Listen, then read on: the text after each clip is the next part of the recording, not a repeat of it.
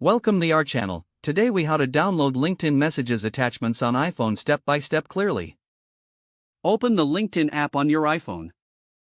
Log into your account if you're not already signed in. Navigate to your messages by tapping on the messaging icon at the bottom of the screen. Find and select the conversation that contains the attachment you want to download. Scroll through the messages until you locate the attachment. Once you find the attachment, tap on it to open. When the attachment opens, look for the share icon, usually represented by a square with an arrow pointing upward. Tap on the share icon to see the available options. From the options presented, select Save to Files or Save Image, depending on the type of attachment. Choose a location within the Files app where you'd like to save the attachment. Tap Save to download the attachment to your chosen location. Once saved, you can access the attachment through the Files app on your iPhone. If necessary, you can also upload it to other apps directly from the Share menu. If the page does not load, refresh the browser or try again in a private or incognito window. Make sure you are using the correct email address, then retype it carefully to avoid small typos. If your password is not accepted, use the reset option and create a new strong password you can remember.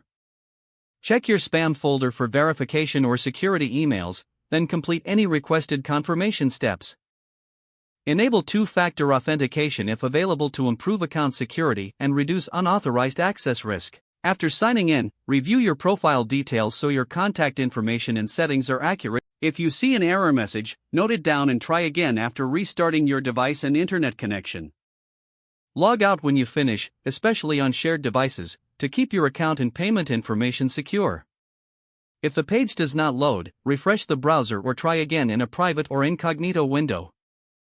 Make sure you are using the correct email address, then retype it carefully to avoid small typos.